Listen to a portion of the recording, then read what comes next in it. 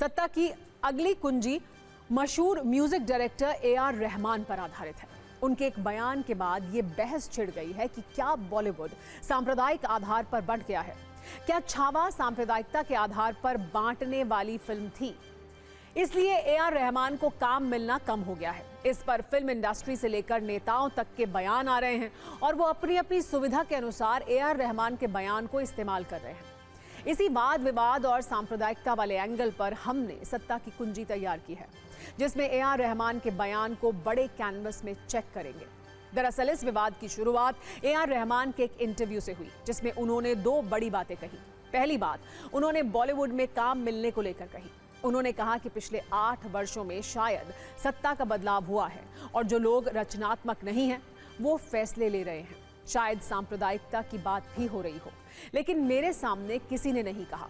हाँ, कुछ बातें कानों तक पहुंची हैं, जैसे आपको बुक किया था लेकिन दूसरी म्यूजिक कंपनी ने फिल्म फंड की और अपने संगीतकार ले आए।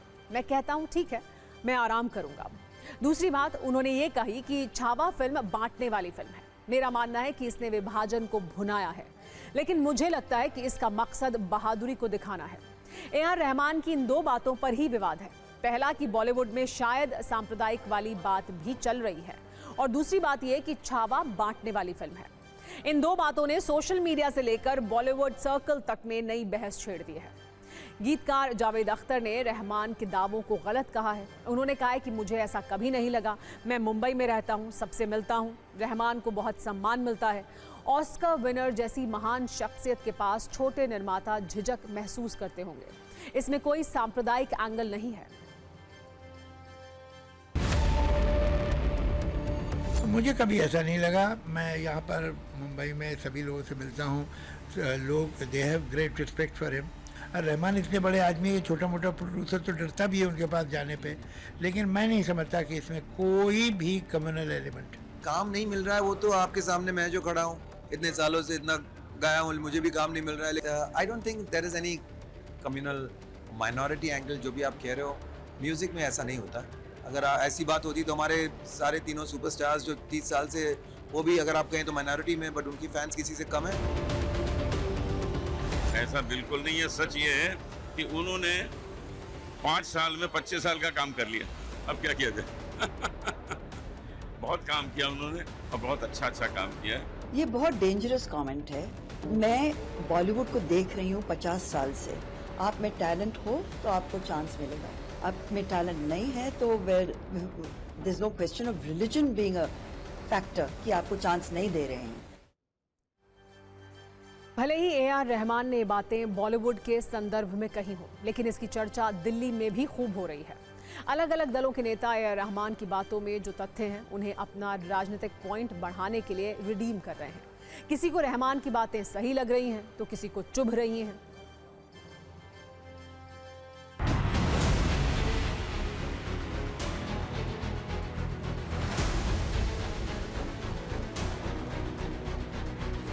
उनके गाने रिलीज होने से पहले ही टॉप चार्ट पे रहते थे। अपने देश के और दुनिया के बड़े हैं ए.आर. रहमान, पॉपुलर हैं। आर्ट के लिए, म्यूजिक के लिए, कल्चर के लिए किसी को भेदभाव की नजर से नहीं देखना चाहिए। ए.आर. रहमान जी के आरोप में तथ्य नहीं है, क्योंकि फिल्म इंडस्ट्री में मुस्लिम कम्युनिटी के बहुत सारे कलाकार भी है।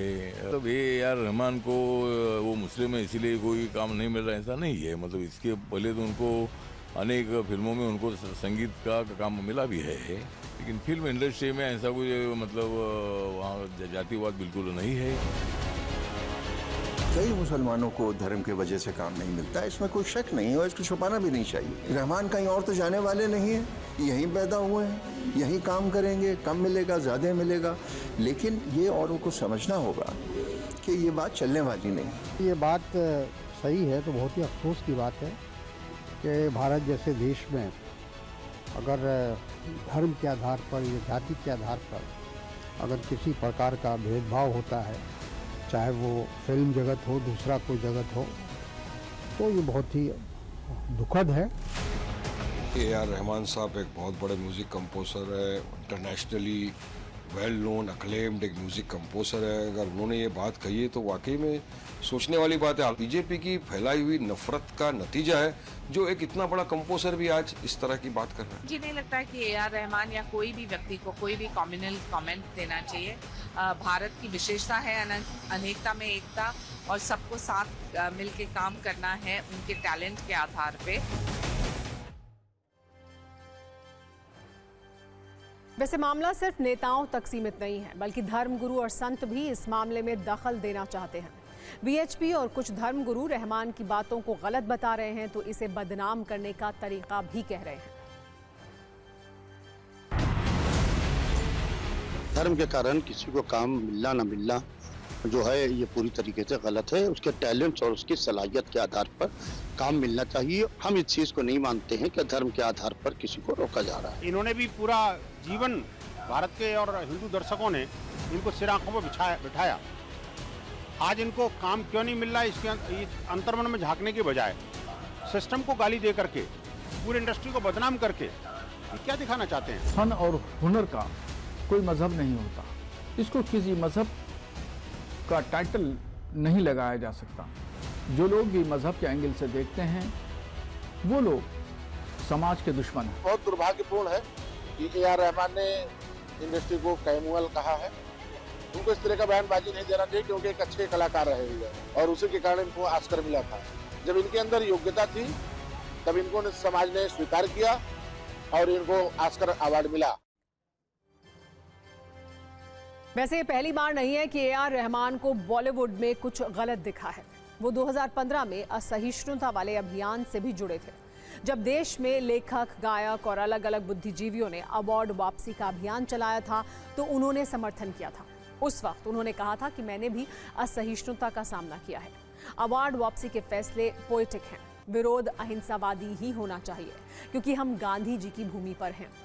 2015 में एक बार रहमान को असहिष्णुता दिख चुकी है। हालांकि वो जिस 8 वर्षों में सत्ता परिवर्तन और सांप्रदायिकता की बात कर रहे हैं उसके भी आंकड़े हैं।